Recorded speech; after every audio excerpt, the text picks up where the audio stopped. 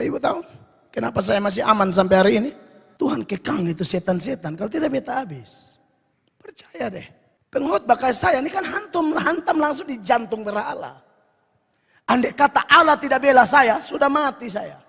Saya yakin saya mati. Nah, makanya itu kenapa saya andalkan dia. Kenapa Anda semua harus andalkan dia. Kalau Bapak Ibu tidak andalkan dia, dia lepas tangan, setan giling kita semua. Habis kita. Jadi mari berserah, bergantung total kepada Allah. Sebab kita semua tidak hebat. Yang hebat Tuhan Allah. Amin. Beri tepuk tangan bagi dia, Allah yang hebat, dahsyat dan luar biasa.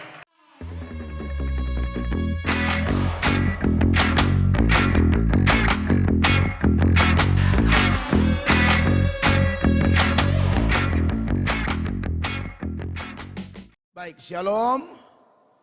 Kita bersyukur pada Tuhan, saudara-saudara. Hari ini dalam ibadah raya 3 kita sekali lagi diberi kesempatan memuji, menyembah Tuhan dan mendengar firman Allah. Mari kita buka kitab suci dari 1 Raja-Raja pasal 18. Kita akan baca berbalas-balasan ayat 36 sampai ayat 40. 1 Raja-Raja 18, 36 sampai 40. Ayat 36 saya lebih dahulu. Kemudian pada waktu mempersembahkan korban petang, tampilan Nabi Elia dan berkata, "Ya Tuhan Allah Abraham, Ishak dan Israel, pada hari ini biarlah diketahui orang bahwa Engkaulah Allah di tengah-tengah Israel, dan bahwa aku ini hamba-Mu, dan bahwa atas firman-Mu lah aku melakukan segala perkara ini." Ayatnya yang ke-37, jemaat. Jawablah aku ya Tuhan, jawablah aku, supaya bangsa ini mengetahui bahwa Engkaulah Allah ya Tuhan, dan Engkaulah yang membuat hati mereka tobat kembali. 38, lalu turunlah api Tuhan menyambar habis korban bakaran, kayu api, batu dan tanah itu, bahkan air yang dalam parit itu habis dijilatnya. 39. Ketika seluruh rakyat melihat kejadian itu, sujudlah mereka serta berkata, Tuhan dialah Allah, Tuhan dialah Allah. 40 sama-sama 23, kata Elia kepada mereka, tangkaplah nabi-nabi Baal itu, seorang pun dari mereka tidak boleh luput. Setelah ditangkap, Elia membawa mereka ke sungai Kishon dan menyembelih mereka di sana. Bapak Ibu, demikian pembacaan firman Tuhan. Kita masih ada dalam seri khotbah Hamba Tuhan Pengacau bagian yang keempat. Dan saya tidak mengulang lagi arti dari tema. Bagi yang mungkin baru bergabung di media atau mungkin di ruangan ini arahnya kemana, saudara bisa ikuti bagian 1, 2, dan 3 di channel saya. Di sana ada keterangan-keterangan kenapa ada tema Hamba Tuhan Pengacau. Nah, saudara-saudara, adapun tema ini sejauh ini kita masih menyoroti menurut teladan Nabi Elia, saudara-saudara. Teladan yang kita soroti ini menurut firman Allah, dia bukan Superman rohani, bukan manusia setengah dewa, dia bukan manusia setengah malaikat, dia manusia biasa, sama seperti kita. Makanya Yakobus pasal 5 ayatnya yang ke-17, Yakobus berkata di sana, Elia adalah manusia biasa sama seperti kita. Jadi kalau teladannya adalah manusia biasa sama seperti kita, maksudnya adalah tidak ada alasan untuk kita tidak bisa meniru. Toh dia persis diciptakan sebagaimana Tuhan menciptakan kita, begitu. Nah, Bapak Ibu jemaat yang diberkati oleh Tuhan Yesus Kristus, ada sejumlah pelajaran, ada sejumlah keterangan yang sudah Bapak Ibu terkasih terima dari penjelasan-penjelasan saya sebelumnya. Dan menarik Bapak Ibu terkasih bahwa di gereja ini memang penekanan atau ujung tombak dari seluruh liturgi ibadah adalah pemberitaan firman. Sebab gereja yang benar memang lahir karena firman. Lahir karena pemberitaan Injil. Bapak Ibu masih ingat gara-gara apa gereja pertama lahir di hari Pentakosta? Apakah gara-gara bahasa lidah atau bahasa roh? Bukan. Apakah gara-gara tiupan angin keras? Bukan. Apakah gara-gara lidah api? Bukan. Padahal ketiga hal itu adalah mujizat dan itu adalah perkara yang spektakuler. Tetapi orang tidak bertobat gara-gara tiga fenomena yang supranatural itu. Orang bertobat gara-gara apa? Khotbah Simon Petrus. Jadi menjadi aneh kalau satu gereja bilang tidak usah terlalu firman-firman, tidak usah terlalu ayat-ayat. Itu keliru besar. Gereja dilahirkan dari firman. Gereja dilahirkan oleh Tuhan melalui pemberitaan firman. Dan menarik, di gereja Tuhan di tempat ini kita belajar lengkap. Kadang saya khotbah perjanjian lama, nanti saya ganti suasana khotbah perjanjian baru. Intinya bahwa seluruh kitab suci kita, dari Kejadian sampai Wahyu, Kejadian sampai Maliaki ada 39. Dari Matius sampai Wahyu ada 27. Berarti total ada 66 kitab yang dipakai oleh Tuhan untuk menjadi penuntun bagi saya dan Bapak Ibu sekalian. Oleh karena itu, jemaat yang diberkati oleh Tuhan Yesus, kita terus mempelajari seperti itu. Perjanjian lama, perjanjian baru, perjanjian lama, perjanjian baru. Dan dari dalamnya kita menarik penerapan penting. Karena tahukah Bapak Ibu bahwa sekalipun teks-teks yang kita bahas seperti yang kita baca hari ini berapa ribu tahun yang lalu. Bahkan sebelum Yesus hadir. Peristiwa Elia versus 450 Nabi Baal. Ya. Tetapi Bapak Ibu, ini ditulis bukan asal ditulis karena ada manfaat bagi kita di zaman ini. Jadi ada relevansi yang sangat kuat. Semua cerita di Alkitab dalam penerapannya di berbagai zaman, termasuk hari ini. Ya, makanya beberapa data firman Allah, misalnya Roma 15 ayat 4, ayat itu bilang begini. Sebab segala sesuatu yang ditulis dahulu telah ditulis untuk menjadi pelajaran bagi kita, Ya. supaya kita teguh berpegang pada pengharapan oleh ketekunan dan penghiburan dari kitab suci. Semua yang ditulis dahulu itu, saudara-saudara, untuk menjadi pelajaran bagi kita, supaya kita teguh berpegang pada pengharapan oleh ketekunan dan penghiburan dari kitab suci. Jadi kalau ada susah, ada masalah, jangan cari penghiburan dari tempat lain. Ini penghiburan luar biasa ini. Ini hati Tuhan Bapak Ibu. Ya, saudara pergi curhat salah tempat, setan pakai dia, habis kita. Lebih baik cari tempat yang tepat, kitab suci menghibur kita. Ya, bahkan saya tekankan di hari Rabu, Bapak Ibu harus tahu firman-firmannya Tuhan Yesus itu roh dan hidup. Artinya ada kuasa dalam setiap kata-kata ini. Ini bukan seperti kebiasaan orang-orang tua dulu, tidak baca Alkitab juga tidak apa-apa. Tapi kalau anak sakit, angkat lalu tempel, itu berhala. Anda memberhalakan Alkitab, bukan begitu. Dibaca, direnungkan, minta Roh Kudus tuntun untuk kita bisa mempraktekannya. Bukan anak panas, tekan dengan Alkitab. Perut kembung, tekan. Laki salah, tekan juga dengan ini. Ya kan? Bukan begitu Alkitab.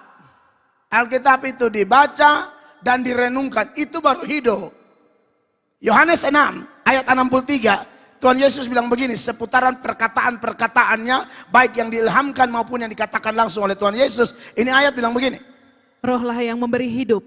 Daging sama sekali tidak berguna. Betul. Perkataan-perkataan yang kukatakan kepadamu adalah roh dan hidup. Perkataan-perkataan yang kukatakan kepadamu adalah roh dan hidup. Jadi orang yang betul-betul kalau belajar firman, hidupnya tambah baik. Tambah bersih, tambah cerah, hati yang kotor-kotor dibersihkan pakai firman. Yohanes 15 ayat 3, saudara ingat itu ayat bilang apa? Kamu memang sudah bersih karena firman yang telah kukatakan kepadamu. Mazmur 119 ayat 9, sama-sama 1, 2, 3. Dengan apakah seorang muda mempertahankan kelakuannya bersih? Dengan menjaganya sesuai dengan firman-Mu. Jadi firman itu punya superioritas yang luar biasa, keunggulan yang luar biasa untuk merestorasi hati, bahkan totalitas hidup seseorang yang butuh. Saya mau berubah, saya mau tampil beda, saya mau bersih. Firman. Jangan cari yang lain. Maka itu perhatikan jam-jam baca firman Anda. Perhatikan baik-baik. Masihkah? Kalau Anda memang takut Tuhan, salah satu tandanya Anda pasti suka ini. Makanya Mazmur 112 ayat 1 sama-sama. 1, 2, 3. Haleluya. Berbahagialah orang yang apa? Takut akan Tuhan. Yang apa? Sangat suka kepada segala perintahnya. Saya tidak bisa ukur seberapa besar Anda takut akan Allah atau sebaliknya. Tapi kita bisa ukur diri masing-masing. Seberapa besar Anda suka firman Allah. Disitulah letaknya ukuran bahwa kita takut Tuhan atau tidak. Semakin Anda suka firman, semakin ketahuan roh takut akan Tuhan dalam dirimu bertumbuh semakin dewasa. Jadi Bapak Ibu jemaat yang dikasihi oleh Tuhan Yesus, saya berharap kita memahami ini kekasih Allah. Nah saudara-saudara yang diberkati oleh Tuhan Yesus Kristus, ada hal yang menarik dari nas pembuka yang kita baca berbalas-balasan, yaitu 1 Raja-Raja 18, 36 sampai 40. Itu adalah penggalan cerita Elia versus 450 Nabi Baal yang kemudian dimenangkan oleh Elia. Saudara-saudara, yang juga ada hasil lain, ada pertobatan massal. Pertobatan luar biasa dari bangsa Israel. Di mana di ayat 39 itu firman Allah dengan tegas berkata, ketika seluruh rakyat melihat kejadian itu. Kejadian apa?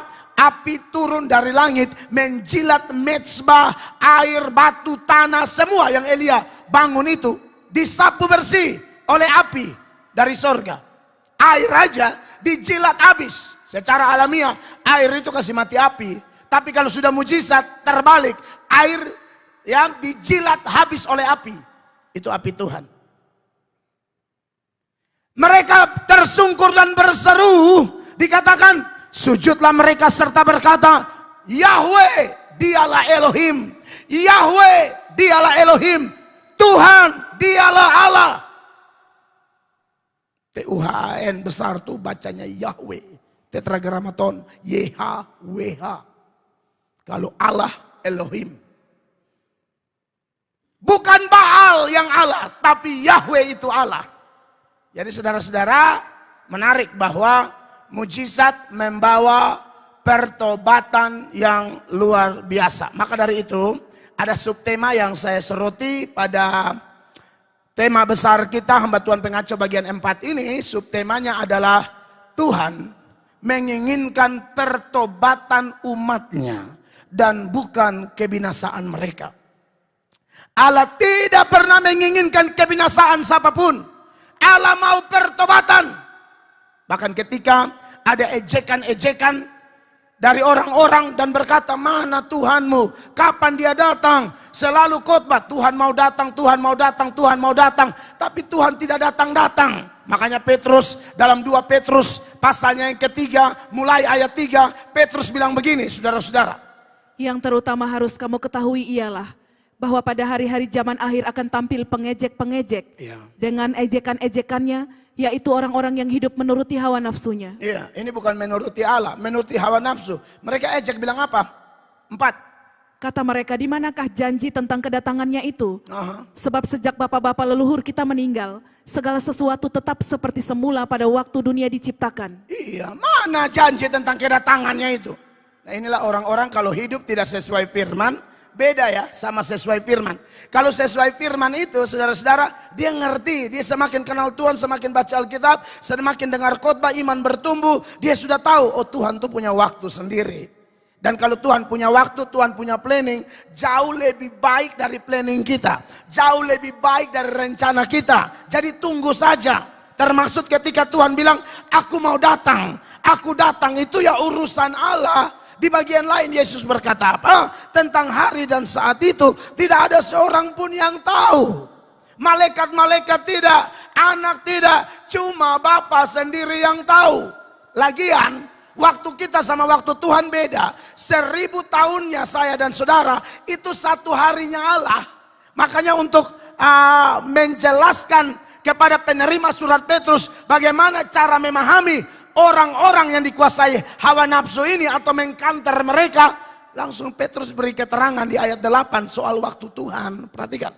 Akan tetapi saudara-saudaraku yang kekasih, yang satu ini tidak boleh kamu lupakan. Ya, Yaitu bahwa di hadapan Tuhan satu hari sama seperti 1000 tahun. betul. Dan 1000 tahun sama seperti satu hari. Jadi urusan kita, saudara-saudara, seperti subtema kita, memahami bahwa kalau Yesus belum datang, itu ada satu keinginan, satu kerinduan dari hati Allah. Kalau memang dia belum datang, ya cepat kau buat keputusan. Kau cepat-cepat bikin keputusan. Karena ayat 9 bilang begini, sama-sama, 1, 2, 3. Tuhan tidak lalai menepati janjinya. Sekalipun apa? Ada orang yang menganggapnya sebagai kelalaian. Tetapi ia sabar terhadap kamu karena ia menghendaki supaya jangan ada yang binasa, melainkan supaya semua orang berbalik dan bertobat. Jadi jangan terlalu banyak tanya, kapan. Kamu punya urusan sudah kau lakukan belum?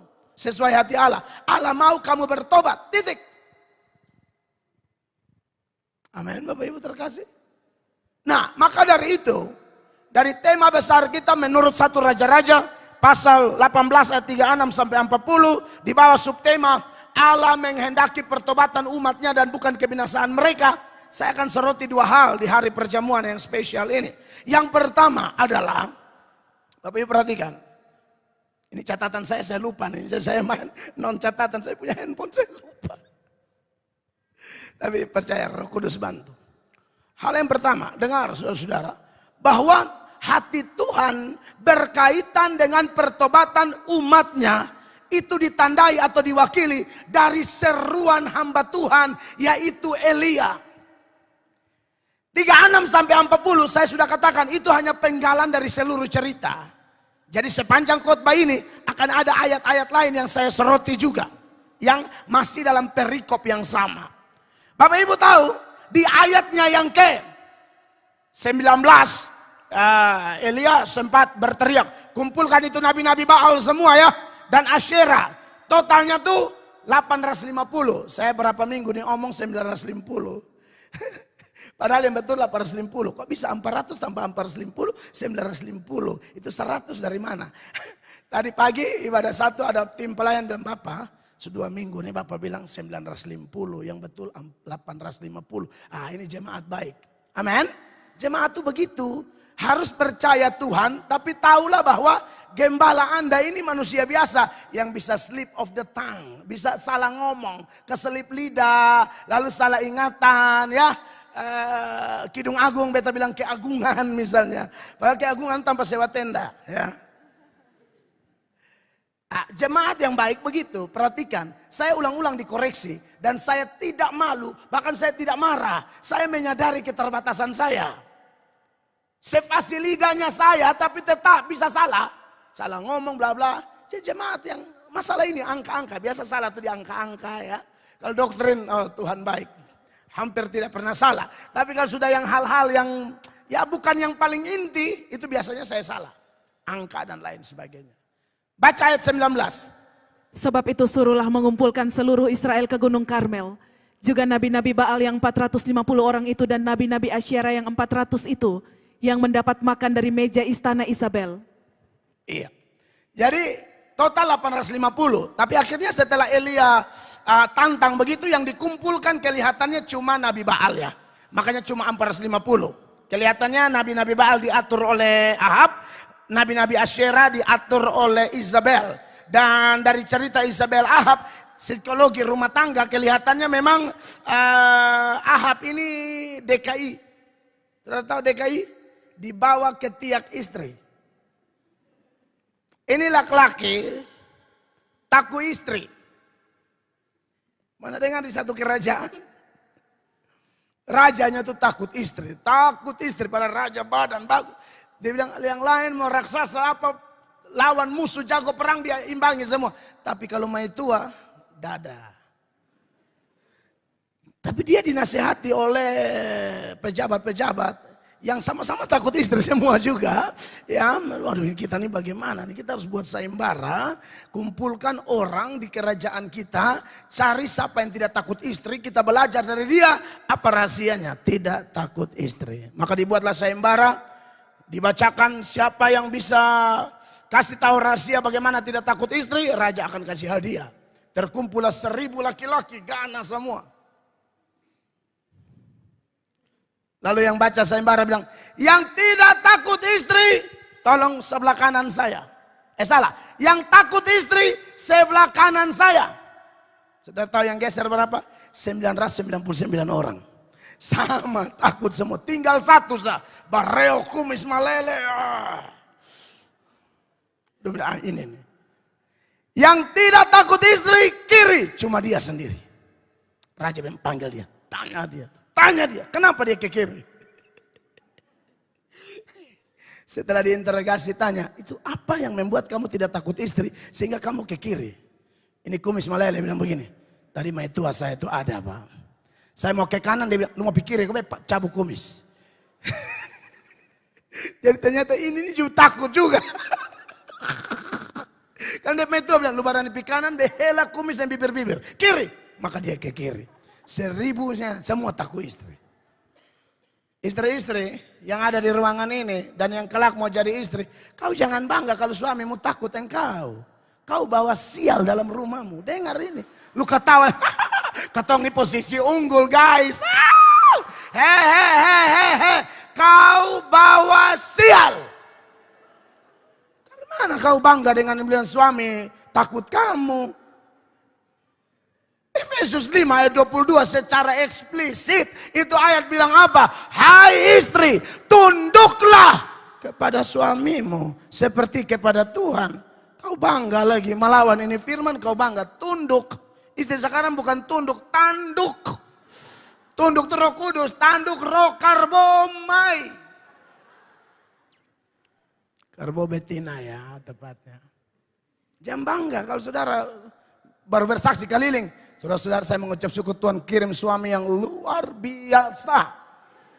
Beda dari pagi itu bisa kalau repot, siang bisa bikin kuku, bisa bikin rambu, belia lantai subarisi, piring mangkok semua nyimpan, anak puloyor sujumur.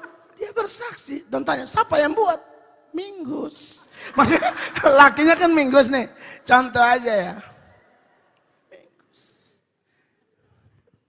Mince, lu dengar. Bangga sekali dengan laki yang kerja, laki yang ngepel.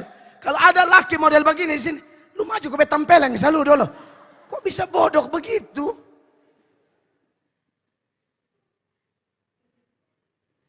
Dulu saya masih bujang, minta maaf ya, masih belum nikah. Saya masih cuci sendiri. Sejak menikah, saya pernah cuci pakaian sampai hari.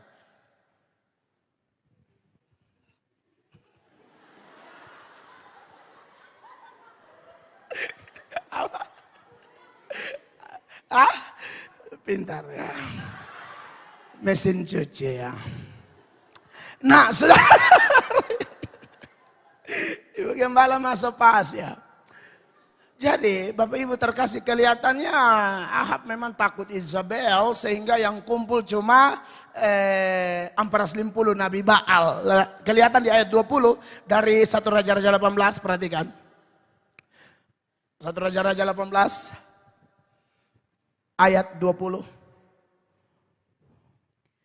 Ahab mengirim orang ke seluruh istana Israel dan mengumpulkan nabi-nabi itu ke Gunung Karmel. Iya, ini cuma nabi-nabi Baal ya, yang 450 karena kita baca terus nanti dia bunuh 450 nabi Baal. Tapi Anda lihat pada waktu berkumpul itu ayat 21 Elia bilang begini, saya baca. Lalu Elia mendekati seluruh rakyat itu dan berkata, berapa lama lagi kamu berlaku timpang dan bercabang hati? Kalau Tuhan itu Allah, ikutilah dia. Kalau Baal, ikutilah dia. Tapi rakyat itu tidak menjawabnya sepatah kata pun. Ini seruan pertobatan. Dan Bapak Ibu tahu, poin yang kita soroti di bagian pertama hati Tuhan seputaran kerinduannya supaya Israel bertobat diwakilkan oleh seruan hamba Allah. Jadi hamba Allah yang menyerukan bertobat itu dia menyerukan hati Tuhan. Hati Tuhan adalah merindukan orang bertobat. Makanya Bapak Ibu kalau mengikuti ya, mulai dari zaman Musa, Musa tetap berseru bertobat, bertobat, bertobat. Semua nabi, semua hamba Allah, Yosua melakukan hal yang sama. Hakim-hakim yang takut akan Tuhan melakukan hal yang sama. Raja-raja yang memutuskan untuk takut akan Allah seperti Hizkia dan yang lain, mereka melakukan hal yang sama. Sampai kepada zaman nabi-nabi. Misalnya di zaman Yesaya. Itu memang moralitas dari Israel betul-betul mengalami dekadensi yang luar biasa. Kemerosotan yang sangat luar biasa, saudara-saudara, sehingga akhirnya Yesaya harus berseru bagaimana ungkapan atau isi hati Tuhan yang menuturkan bahwa Israel punya karakter itu sampai Tuhan bilang binatang lebih baik. Binatang itu masih tahu siapa yang kasih makan dia, siapa yang piara dia. Dia akan tahu tuannya, dia tidak akan mungkin gigit tuannya. Tak usah ngomong yang piaraan seperti anjing, babi, kucing, bebek. Buaya, saya pernah nonton di TikTok buaya. Orang berenang dan buaya, palau buaya, cium buaya, hidung dan hidung. Buaya bukan kici, saudara-saudara. Mantan buaya di sini pasti tahu semua itu buaya ya.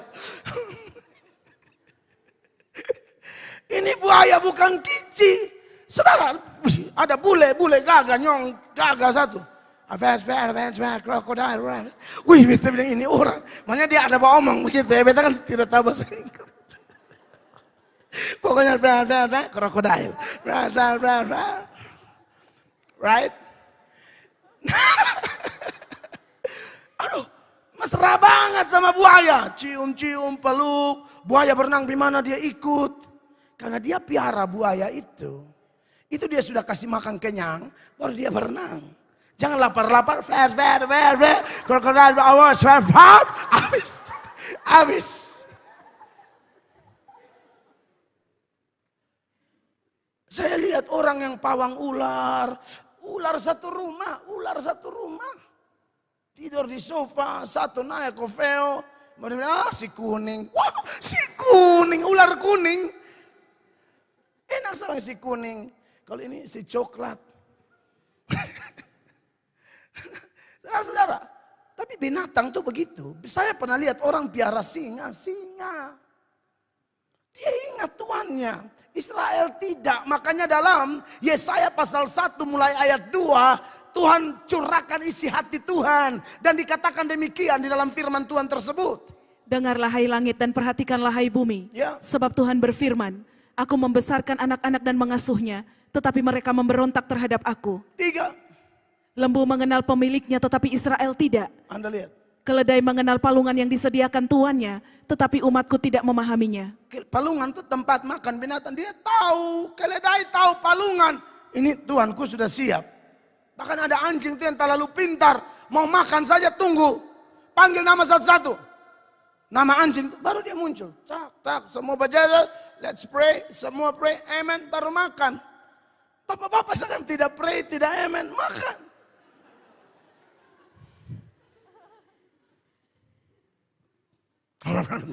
Capek. Mau doa-doa apa. Tidak. Saya sudah khotbah kemarin ya. Eksposisi 1 Timotius pasal 4. Ayat 5, makanan itu harus doa dan saudara lihat begini. Sebab semuanya itu dikuduskan oleh firman Allah dan oleh doa. Ini ngomong tentang makanan.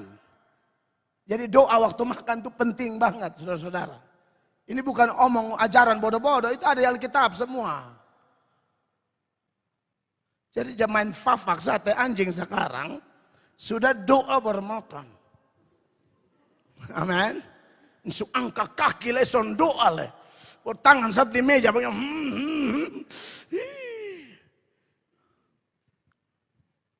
Bapak Ibu, jemaat yang diberkati oleh Tuhan Yesus Kristus. Seruan pertobatan itu diserukan oleh Yesaya. Karena kondisinya sudah parah-parah. Mereka membelakangi Tuhan terlalu jauh kekasih Allah. Makanya dalam Yesaya 31 ayat 6 sama-sama 1, 2, 3. Yesaya bilang bertobatlah hai orang Israel kepada Dia yang sudah kamu tinggalkan jauh-jauh. Bukan 1, 2 kali di zaman Yeremia. Yeremia melayani mungkin hampir 30-an tahun. Tapi di tahun ke-23, Yeremia serukan bagaimana 23 tahun. Yeremia khotbah. Tapi tidak ada keputusan bertobat. Wah, ngeri sekali saudara-saudara. Bandingkan dengan Yeremia pasal 25. Mulai ayat pertama. Lihat ayat-ayat ini. Firman yang datang kepada Yeremia tentang segenap kaum Yehuda. Ya. Dalam tahun keempat pemerintahan Yoyakim bin Yosia, Raja Yehuda. Yaitu dalam tahun pertama pemerintahan Nebukadnezar Raja Babel. Terus, 2. Firman itu telah disampaikan oleh Nabi Yeremia kepada segenap kaum Yehuda dan kepada segenap penduduk Yerusalem, katanya. Apa katanya? Yeremia bilang apa? Anda lihat curahan hati seorang hamba Tuhan yang melayani puluhan tahun, tapi tidak ada hasil. Sejak dari tahun yang ke-13 pemerintahan Yosia bin Amon Raja Yehuda sampai hari ini, jadi sudah 23 tahun lamanya, firman Tuhan datang kepadaku dan terus menerus aku mengucapkannya kepadamu, tetapi kamu tidak mau mendengarkannya. Anda lihat ini. Ini seruan hati Tuhan, bertobat. Tapi orang kok tidak tangkap Tuhan punya hati yang ini. 23 tahun bertobat. Mereka tidak bertobat. Bukan cuma Yeremia. Yeremia lanjutkan, nabi-nabi lain serukan hal yang sama, 4 dan seterusnya. Juga Tuhan terus menerus mengutus kepadamu semua hambanya, yakni nabi-nabi, tetapi kamu tidak mau mendengarkan dan memperhatikannya. Mereka berteriak bilang apa? 5. Kata mereka, bertobatlah masing-masing kamu dari tingkah langkahmu yang jahat. Ya. Dan dari perbuatan-perbuatanmu yang jahat, maka kamu akan tetap diam di tanah yang diberikan Tuhan kepadamu dan kepada nenek moyangmu dari selama-lamanya sampai selama-lamanya. Dan kebanyakan dosa yang mereka lakukan itu berhala. 6. Perhatikan. Juga janganlah kamu mengikuti Allah lain untuk beribadah dan sujud menyembah kepadanya.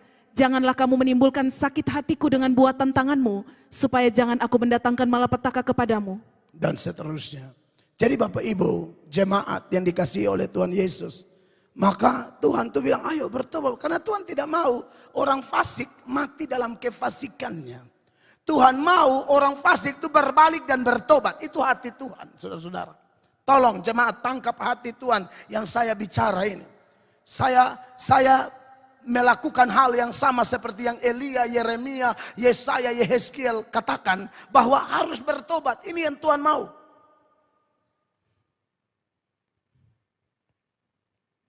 Apalagi Bapak Ibu tahu kami hamba Allah kan. Saya sudah omong untuk kesekian kali. Kami ini dididik untuk cari aman dengan Tuhan. Tidak bisa cari aman dengan jemaat atau siapapun. Entah jemaatnya pejabat, entah jemaatnya pengusaha, orang kaya, hebat, yang punya kontribusi banyak di gereja, tidak peduli. Buat apa kontribusi banyak di gereja, kalau tidak bertobat, mati tetap masuk neraka. Saudara catat saya punya omong ini. Karena kami dididik, jadi hamba Tuhan, cari aman dengan Tuhan. Pelajari dan ingat kembali apa yang Paulus katakan dalam Galatia 1 ayat 10.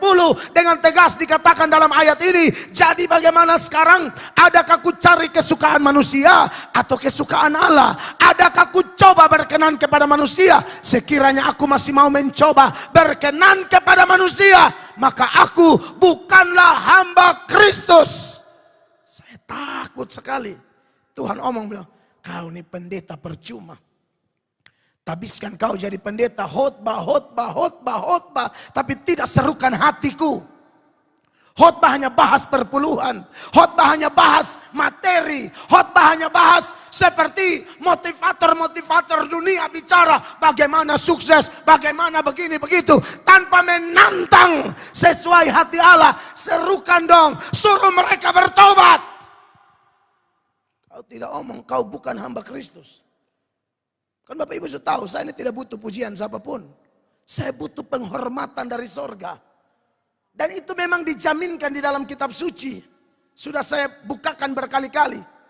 Cari hormat dari Bapa, bukan hormat manusia. Nah itu tuh, kita cari aman. Bandingkan dengan zaman Yehezkiel ya. Yehezkiel 33, mulai ayat 7. Tuhan bilang sama Yeskiel begini, sebagai contoh, perhatikan. Dan engkau anak manusia, Ya. aku menetapkan engkau menjadi penjaga bagi kaum Israel.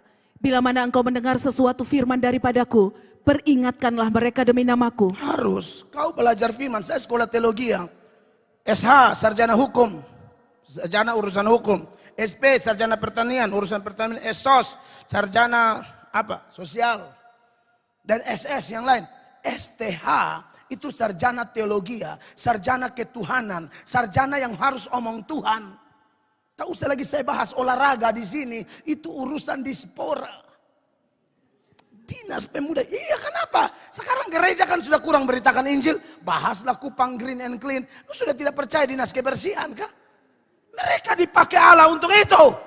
Kau juga urus-urus yang bukan kau punya saja. Mimbar-mimbar tuh urus Injil. Kau sekolah teologi atau sekolah tanam ubi patatas? Maksud saya bukan gereja tidak boleh. Saya pergi khotbah di Kendari itu menarik. Ketua Sinode Gep Sultra, gereja Protestan Sulawesi Tenggara. Persis semuanya kayak Gemit.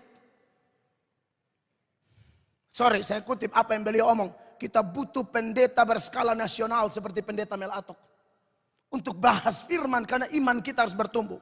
Karena kadang-kadang KKR seminar sunyi. Tapi olahraga penuh sampai baku pukul antara rayon. Baku pukul. Bola kaki itu gol-gol tak kuju wasit maki bakalai. Sudah lihat gereja atau kalau sudah bikin volley, wih cuci maki itu supporter KKR sunyi tapi kalau volley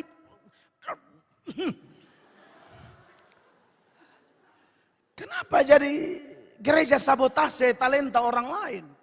Kau punya mimbar nih urus Injil. Tuhan kasih tahu apa? Ngomong demi namaku. Ya, ngomong. Kalau mereka tidak dengar apa boleh buat. Tapi kau harus ngomong. Karena kalau kamu tidak ngomong mereka mati. Tuhan tuntut nyawa dari kau. Kau sudah ngomong mereka tidak mau bertobat. Kau lolos. 8. Kalau aku berfirman kepada orang jahat, hai orang jahat, engkau pasti mati. Dan engkau tidak berkata apa-apa untuk memperingatkan orang jahat itu supaya bertobat dari hidupnya. Orang jahat itu akan mati dalam kesalahannya. Tetapi aku akan menuntut pertanggungan jawab atas nyawanya daripadamu. Iya, saya bayangkan ya, saya dari 31 Oktober 2009 saya jadi gembala di sini. 10 tahun pertobatan saya dilantik jadi gembala. 99 sampai 2009. 10 tahun saya bertobat baru bisa jadi urus gereja. Terhitung dari 31 Oktober 2009 sampai sekarang, Agustus 2023 saya jadi gembala. Tuhan akan tanya, tiba-tiba besok saya mati. Tuhan buka kemana? Kau jadi gembala dari tahun itu, tuh lu omong apa? Kau khotbah apa? Kau serukan pertobatan tidak? Kau ngomong tidak bagaimana rumah tangga yang alkitabiah? Kau bicara tentang bagaimana masa muda yang alkitabiah? Kau bicara tidak peran orang tua yang alkitabiah? Kau bicara tidak bagaimana komitmen yang jelas dari seorang yang mau mengikuti Kristus? Tidak.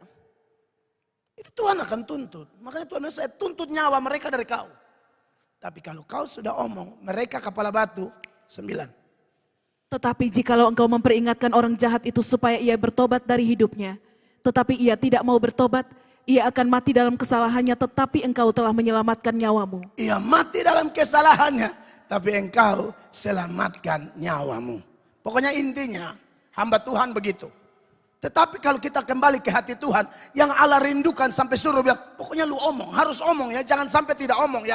Masalahnya kalau saya tidak omong, saya tidak hargai Allah, itu yang pertama. Karena itu hati Allah, Allah mau serukan, bertobat dong, kembali dong, buat keputusan dong, sudahlah stop main lompor lah. 10 coba, 10, Tuhan bilang apa? Dan engkau anak manusia, katakanlah kepada kaum Israel, kamu berkata begini, pelanggaran kami dan dosa kami sudah tertanggung atas kami, dan karena itu kami hancur. Bagaimanakah kami dapat tetap hidup? Iya, dosa itu pasti datangkan kehancuran. Bapak mama tolong catat ini ya. Anak-anak muda, tidak ada dosa yang mendatangkan kebahagiaan. Awalnya dia sesaat bahagia, tapi itu bahagia menjebak, bahagia menipu, ujung-ujung hancur. Tapi hati Tuhan beda. Sama-sama Baca ayat 11. 1, 2, 3. Katakanlah kepada mereka, demi aku yang hidup, demikianlah firman Tuhan Allah, aku tidak berkenan kepada kematian orang fasik, melainkan aku berkenan kepada pertobatan orang fasik itu dari kejahatannya, supaya ia hidup. Bertobatlah, bertobatlah dari hidupmu yang jahat itu. Mengapa kamu akan mati, hai kaum Israel? Di saat Israel curhat, Tuhan kami ini hancur gara-gara dosa, Tuhan langsung sambar, beta tidak mau lu hancur. Kau hancur tuh kau cari sendiri. Kalau ikut saya punya mau, saya tidak mau orang fasik mati dalam kefasikan. Saya tidak mau tukang sihir swangi santet mati dalam keadaan santet. Saya tidak mau tukang selingkuh mati dalam keadaan selingkuh. Saya tidak mau orang yang terikat film porno mati dalam terikat film porno. Saya tidak mau Anda yang pacaran beda agama mati dalam keadaan melawan firman. Tidak mau. Itu hati Allah. Tuhan tidak mau Anda yang bisnis tipu-tipu mati dalam keadaan bisnis tipu-tipu. Kurang jelas apa di ini gereja. Gembala Anda ini terkenal satu Indonesia. Sampai ada pendeta mau duduk dan saya takut. Karena bilang, lihat muka di layar tuh. Sudah dekat baru mereka tahu, sharing. Kita mau khotbah apa di gereja? Kalau bukan khotbah hati Tuhan. Amin Bapak Ibu. Ini spesial buat Anda yang ibadah raya 3 karena handphone saya lupa. Maka materinya tidak sama dengan ibadah 1 dan 2. Tapi spesial banget buat Anda.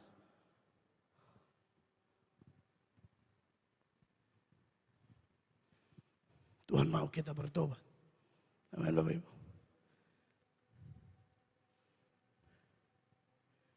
Mujizat. Api turun dari langit. Bakar itu semua. Itu memang mujizat spektakuler.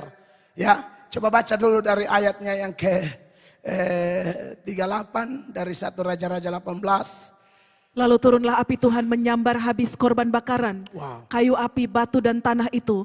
Bahkan air yang dalam parit itu habis dijilatnya. Itu yang saya tekankan tadi ya. Biasa air itu pakai siram kasih mati api. Ini api jilat air. Habis. Elia suruh siram kasih penuh itu parit. Supaya Elia mau kasih tahu. Saya tidak main curang. Tidak ada api-api di sini. Siram kasih becek semua. Lumpur-lumpur deh. Dia berdoa. Tuhan tolong. Api turun tuh memang.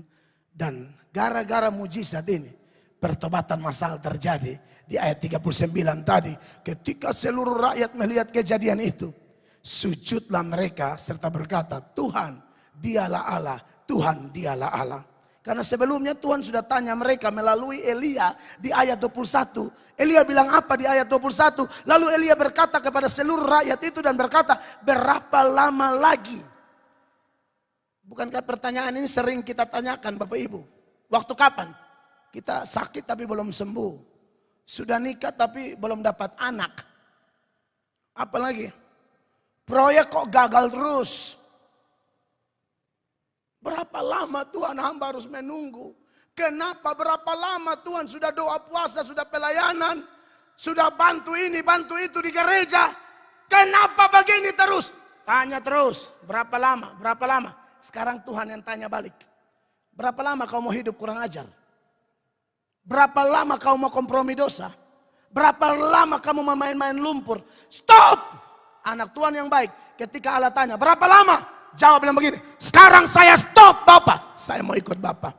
Anda jawab begitu, Anda lihat rumah tanggamu dipulihkan. Anda jawab begitu, Anda lihat masa mudamu dipulihkan. Anda jawab begitu, Anda lihat Anda sebagai kepala keluarga, Allah beri otoritas sehingga ada wibawa. Sebagai seorang kepala rumah tangga, sebagai ibu rumah tangga, Anda punya power. Sebagai pengusaha yang takut Tuhan. Karena Anda menjawab Tuhan ketika Tuhan tanya, berapa lama? Sekarang Bapak. Sekarang Bapak, saya tidak mau tunda. Penundaan adalah dosa besar. Karena saat orang menduda, saat itu setan bersorak-sorak dan setan berkata, ada pintu terbuka untuk kita hambat dia. Jangan tunda-tunda. Penundaan itu bahaya sekali. Saudara jangan pikir saudara kekal di bumi ya.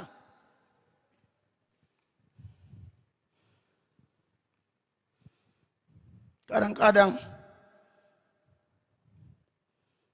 masih kuat, masih sehat, kurang ada gairah menyembah Allah, baca firman, ibadah, pelayanan, kurang gairah.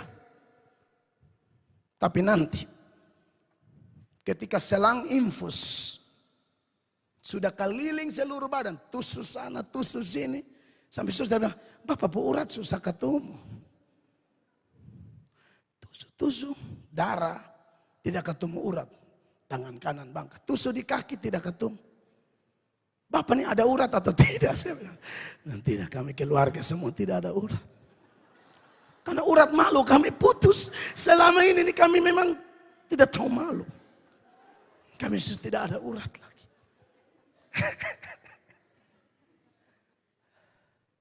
Menyanyi begini, ya saya bersyukur aja jemaat di sini suka menyanyi. Belajar menyembah Allah Bapak Ibu. Di surga tidak ada khotbah lah. Masa atau khotbah di depan Petrus, malu kali. Behok bangun di depan Yesaya baru shalom. Yesaya hanya lihat, maju adek. Kan malu. Ya Yesaya Timotius tapi sudah ada. Apalagi kok. Habakuk.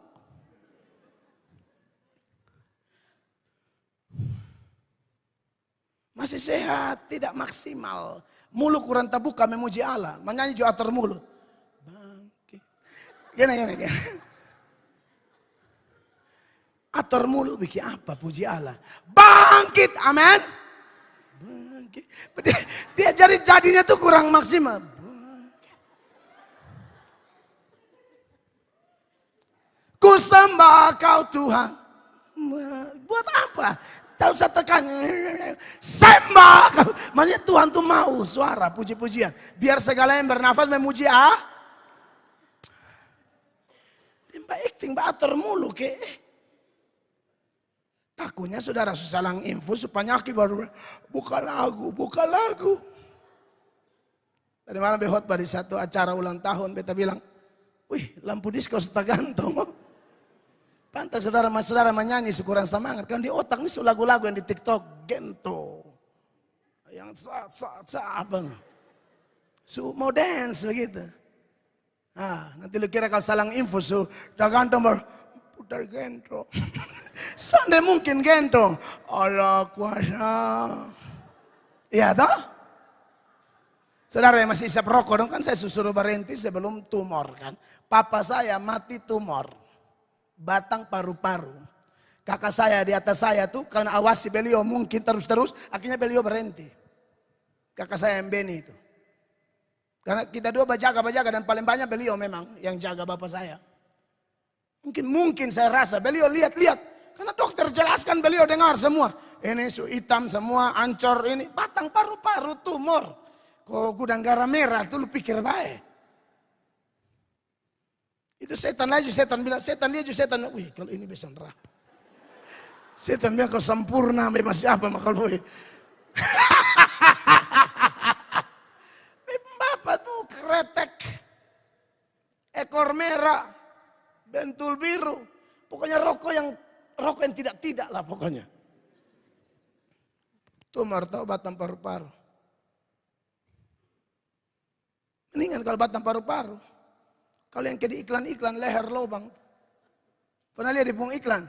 Dulu saya tidak begini. Tapi sekarang apa boleh buat? Kan kasihan. Saya tuh sudah ditawari singer. Sama gembala. Tapi saya bilang belum. Tiba-tiba lubang. Saudara. Sebelum yang aneh-aneh datang, sudah mari berikan itu hidup untuk Tuhan. Amin. Jangan kasih Tuhan yang sisa-sisa lah. Masih sehat-sehat, kuat-kuat, gagah-gagah, jantung stabil. Kasih di Tuhan. Kenapa saudara pun sehat, saudara kasih di kesenangan dunia, di memuaskan daging, hawa nafsu. Di Tuhan sisa-sisa, jangan dong Bapak Ibu. Dia cipta Anda begitu sempurna, kok Anda kasih dia yang sisa-sisa. Janganlah. Amin. Yang kita ajak dari muda tidak mau. Ayo pelan, tidak mau. Seumur 76 berada lapar, besok siap. Siap apa? Seumur 78 besok siap. Mau masuk pedalaman mana? Dalam kolom meja itu. Oh mau masuk. Pedalaman mana? Masuk dalam situ. Masih kuat kita ajak di kampung, di desa, belum mau. 70 waktu Tuhan. Jangan dong. Segar-segar tuh ayo untuk Tuhan. Kekasih Allah. Berapa lama lagi? Bilang sama Tuhan sekarang. Berapa lama lagi kamu bercabang hati? Ayat ini berkata, berapa lama lagi kamu berlaku timpang dan bercabang hati? Mereka ada dalam kebimbangan besar. Mana yang benar nih? Allah Yahweh atau Baal? Allah Yahweh atau Baal? Lagi bimbang berat. Pada waktu itulah seruan pertobatan datang. Saya menggiring Bapak Ibu jemaat. Andai kata kalau Baal ini, sekarang kan tidak ada Baal. Kita ganti yang lain deh. Baal itu uang lah. Uang itu nama istilah dewa uang yang masih berlaku sampai sekarang. Namanya Mamon. Makanya di dalam Matius 6 ayat 24 Tuhan suruh beri pilihan. Mau sembah Tuhan atau Mamon. Karena kalau sembah dua Allah, satu Anda sayang, satu Anda tidak sayang. Satu Anda setia, satu Anda tidak setia. Tidak mungkin Anda setia dua-dua. Hidup ini pilihan. Kiri atau kanan, hitam atau putih. Tidak bisa dua-dua. Matius 6:24. Tak seorang pun dapat mengabdi kepada dua tuan. Karena jika demikian ia akan membenci yang seorang dan mengasihi yang lain. Betul. Atau ia akan setia kepada yang seorang dan tidak mengindahkan yang lain. Betul. Kamu tidak dapat mengabdi kepada Allah dan kepada Mamon. Kamu tidak bisa mengabdi kepada Allah dan kepada Mamon. Mamon itu uang. Bagaimana kalau Baal kita ganti dengan uang? Apakah gara-gara uang Tuhan tergeser dari hidupmu? Seperti beberapa orang yang rindu cari kaya, menghalalkan segala cara, bahkan mengorbankan iman. Seperti 1 Timotius 6 ayat 9 dan 10. 9 bilang begini. Tetapi mereka yang ingin kaya terjatuh ke dalam pencobaan, ke dalam jerat dan ke dalam berbagai-bagai nafsu yang hampa dan yang mencelakakan. Iya. Yang menenggelamkan manusia ke dalam keruntuhan dan kebinasaan. Korupsi, gara-gara jabatan pindah agama. Ya, gara-gara laki-laki kaya pindah agama. Nona muda, kaya tidak membuat kau bahagia. Yesus yang buat kau bahagia. Cari pacar pasangan hidup, tak usah kaya, asal takut Tuhan dan bekerja keras, kamu pasti cukup. Kamu pasti diberkati. Amin. Cari kaya-kaya soalnya dianggap remeh kau. Dia maki kau, dia pukul kau. Tak usah. Biasa-biasa, yang penting takut Tuhan. 10. Karena akar segala kejahatan ialah cinta uang. Sebab oleh memburu uanglah beberapa orang telah menyimpang dari iman. Menyimpang dari iman. Dan menyiksa dirinya dengan berbagai-bagai duka. Akhirnya masuk penjara, siksa diri dengan berbagai-bagai duka dan lain sebagainya. Maka dari itu, Bapak Ibu jemaat, masih adakah berhala-berhala lain di hidup kita? Atau yang lain kita jelaskanlah hobimu dan lain sebagainya. Lebih baik geser. Tuhan mau buat keputusan terbaik hari ini. Amin. Tuhan itu sangat baik buat kita. Amin. Kalau saya dan Bapak Ibu diberi kesempatan satu-satu maju ke depan bersaksi betapa baiknya Allah dalam hari-hari hidup yang saya dan Bapak Ibu jalani. Saya yakin akan ada ratusan bahkan ribuan cerita menarik dan kalau dibukukan aduh indah sekali menjadi berkat bagi para pembaca. Kenapa? Karena Anda mengalami mujizatnya, berkatnya, pertolongannya, kesempatan. Hampir-hampir saya celaka, malu, dan lain sebagainya. Tapi di batas air kekuatanmu, sekalipun kita orang-orang kotor. Tapi Tuhan mau datang, tolong kita. Nah kalau sudah Tuhan tolong, tolonglah. Jangan sia-siakan kebaikan Allah ya. Atau ada di antara saudara yang dengar khotbah ini. Saudara itu tidak bertobat, tapi kamu cenderung aman, sehat, kaya, ontong, happy, pakai barang-barang branded. Secara hiliriah kau kelihatan, woi luar biasa. Berarti khotbahnya Pak Mel dan semua hamba-hamba Tuhan yang serukan bertobat salah? Tidak salah. Tuhan itu sedang kasih kesempatan bagi kamu untuk bertobat. Jangan salah gunakan kelapangan hatinya atau kebaikan hatinya. Roma 2 ayat 4. Perhatikan ayat ini Bapak Ibu jemaat. Maukah engkau menganggap sepi kekayaan kemurahannya, Ya. kesabarannya dan kelapangan hatinya? Ya. Tidakkah engkau tahu bahwa maksud kemurahan Allah ialah menuntun engkau kepada pertobatan? Iya. Tidak tahukah engkau bahwa maksud kemurahan Allah ialah menuntun engkau kepada pertobatan. Jadi kalau saudara masih baik-baik saja, bukan karena hidupmu yang kotor itu adalah sebuah kebenaran. Bukan. Itu kesalahan yang mencelakakan. Tapi kenapa ada kesempatan? Allah mau kita bertobat. Saya harap kita menangkap pesan Tuhan ini ya Bapak Ibu ya. Bertobatlah, datanglah kepada Allah. Seperti Tuhan mempertobatkan Israel. Poin kedua dan yang terakhir. Poinnya begini. Kemenangan Elia versus 450 Nabi Baal dan pertobatan Israel itu bukan karena kehebatan Elia. Ulang. Kemenangan Elia versus 450 Nabi Baal dan pertobatan massal dari Israel itu bukan karena kehebatan Elia, tapi mutlak kehebatan Allah. Bapak Ibu, jelas Elia tidak hebat. Elia sendiri versus 450 Nabi Baal. Dari segi jumlah sudah hancur ini. Elia kalah. Sudah begitu lagi Israel lebih cenderung kepada 450 ini, bukan kepada Elia. Sudah begitu di belakang penyesat-penyesat ini ada pejabat. Wih, ngeri. Jarang pejabat mau dukung hamba Tuhan benar. Jarang. Beberapa khotbah saya, acara saya di cancel karena ada titip suara dari pejabat setelah digali. Karena Pak Mel terlalu banyak tegur-tegur pejabat yang bersinah. Pejabat yang bersinah ini memang benar-benar bersinah. Mereka tidak mau ditegur. Omong lain, kalau omong itu ketemu bisa sedap. Dan memang kalau omong bersinah tuh kepala bisa putus. Anda tahu kenapa Herodes kepala putus? Omong orang selingkuh. Dia khotbah tentang Herodes selingkuh tuh potong kepala. Dosa yang paling bikin orang marah tuh bersinah. Tapi kalau orang yang mau bertobat seperti Daud beda. Ini saya bicara yang setan-setan itu yang tidak mau bertobat. Mereka akan marah besar. Jadi beberapa acara saya, khotbah-khotbah saya di cancel itu.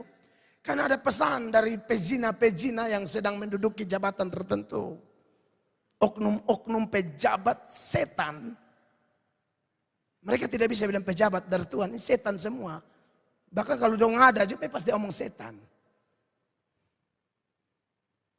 Kasih bilang, siapa yang pengkhotbah? Ini nomor 1 ini, itu baik, ini, itu baik. Pak Mel Atong, itu hapus. Hapus, itu harus hapus. Kalau kau kasih, kau habis dari saya juga. Kami mencari lu pun doi, kalau lu ini paling top 2,5.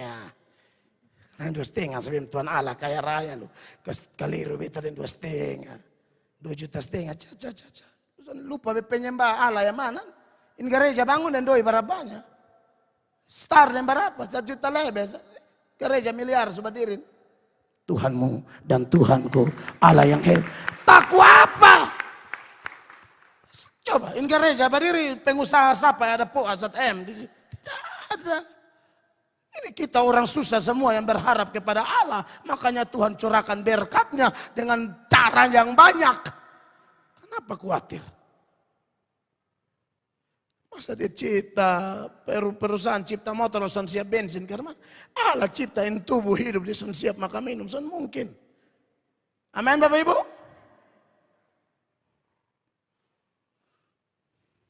Jadi ya Elia itu kalah karena dukungan untuk penjahat lebih banyak. Hamba Tuhan itu makanya kalau ada pejabat yang bisa dukung hamba Tuhan.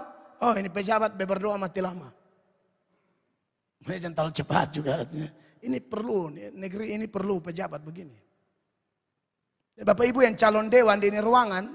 Kalau saudara sudah jadi dewan, saudara ingat yang saya khotbahkan ya.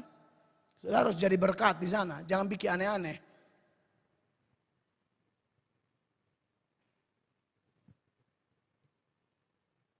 Mau jadi dewan cari Tuhan Allah. Sudah jadi dewan Geser Tuhan, selingkuh sana, bersinah sana, di hotel sini, hotel sini. Jahat sekali manusia begini.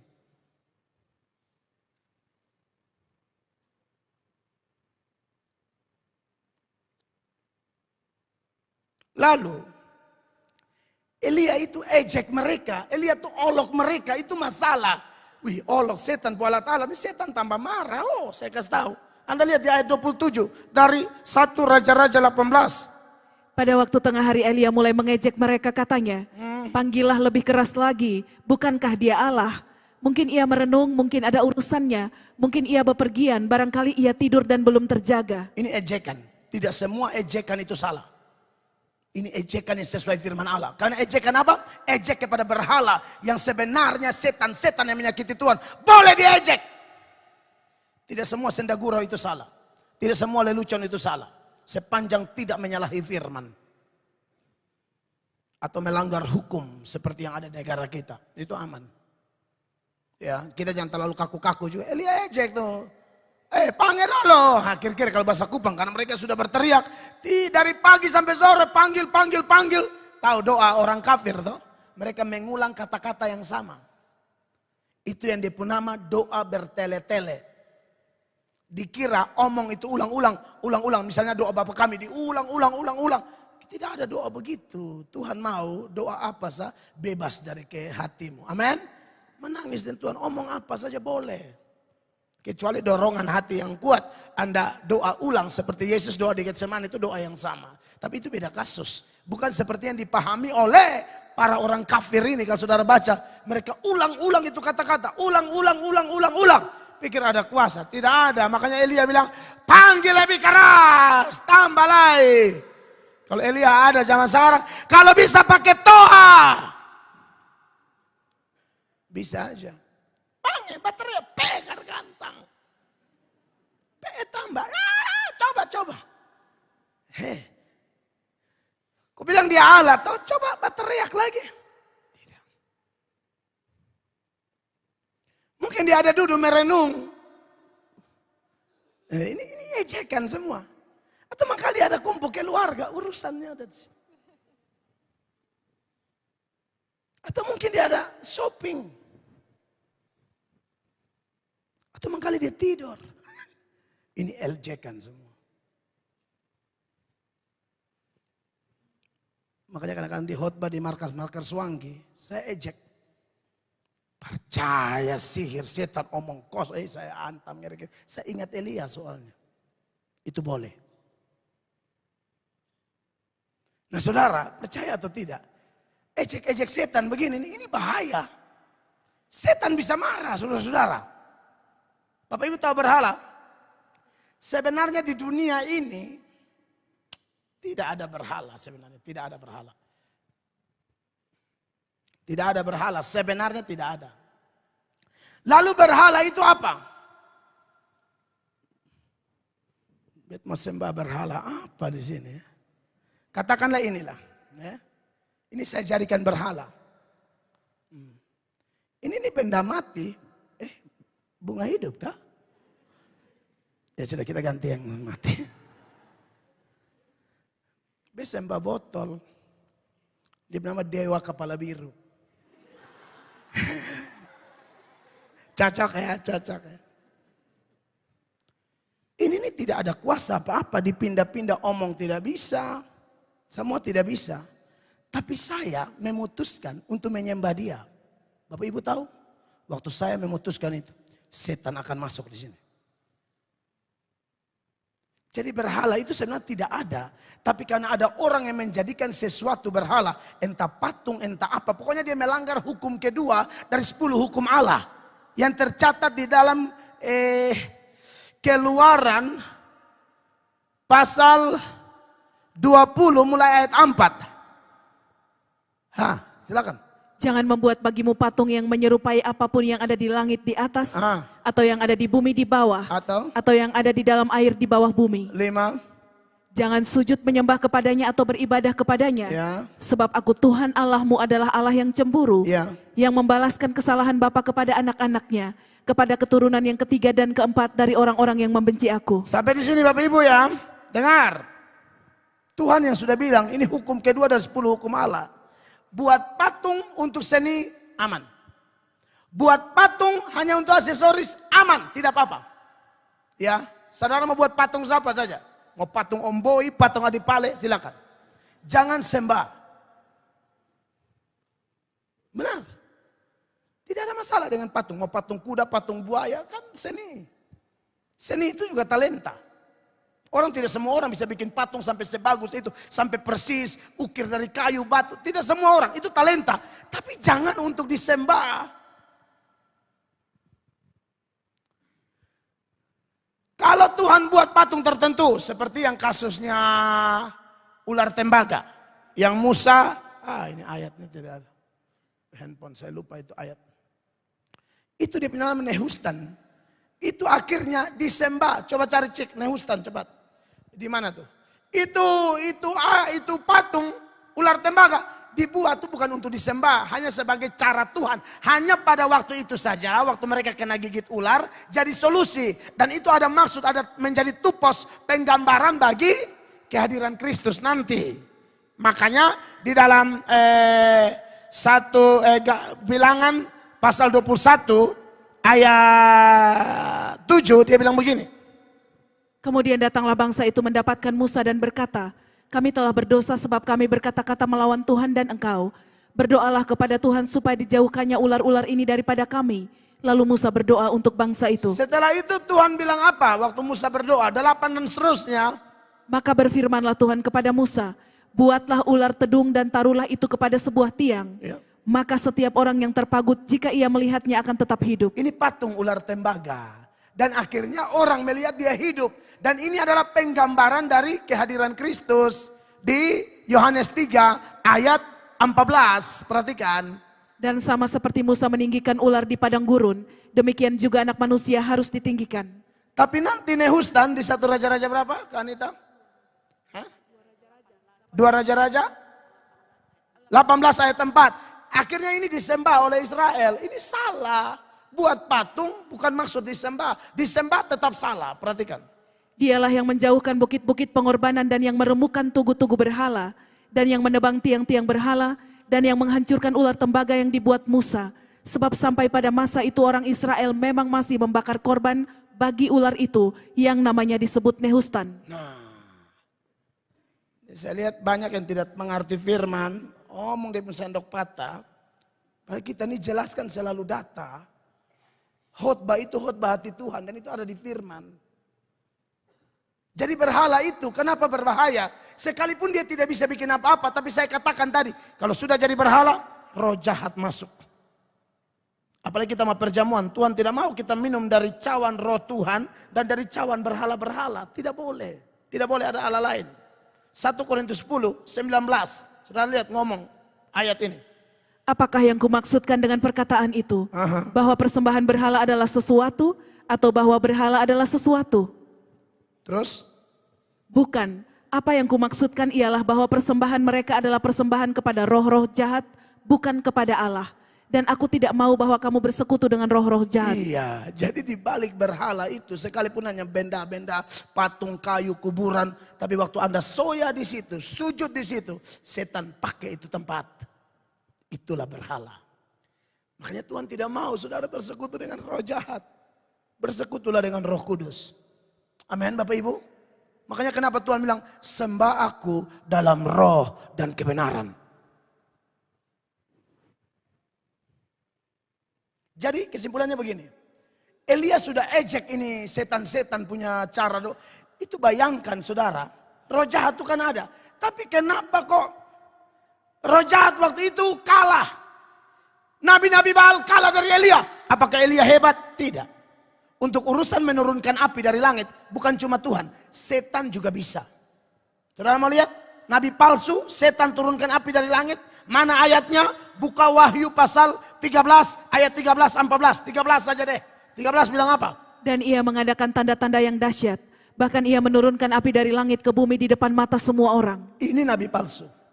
Elia berdoa, Tuhan Allah turunkan api dari langit. Tapi jangan bilang setan tidak bisa turunkan api dari langit. Ini bisa nih. Kenapa Waktu nabi-nabi Baal minta berhala-berhala, roh-roh setan di dalam Baal itu. Tapi Baal itu atau roh itu tidak bertindak. Jawabannya cuma satu. Tuhan menahan. Tuhan mengekang semua setan-setan itu. Sehingga mereka tidak bisa berbuat apa-apa. Andai kata Tuhan tidak tahan, saya yakin api turun juga. Saya contohkan contoh yang lain selain Wahyu 13 ayat 13 ini. Saudara masih ingat ketika Tuhan menyerahkan Ayub dalam kekuasaan iblis. Dalam Ayub 1 ayat 12. Perhatikan. Maka firman Tuhan kepada iblis, nah segala yang dipunyainya ada dalam kuasamu. Hanya janganlah engkau mengulurkan tanganmu terhadap dirinya. Kemudian pergilah iblis dari hadapan Tuhan. Saudara lihat, Tuhan serahkan Ayub kepada tangan iblis. Dan serentetan bencana yang iblis lakukan, salah satunya kasih turun api dari langit. Ayat 16. Sementara orang itu berbicara, datanglah orang lain dan berkata, api telah menyambar dari langit dan membakar serta memakan habis kambing domba dan penjaga-penjaga. Sampai di situ.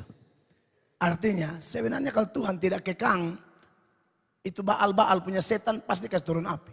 Tapi karena Tuhan kekang, berarti yang hebat siapa? Tuhan. Bapak Ibu tahu kenapa saya masih aman sampai hari ini?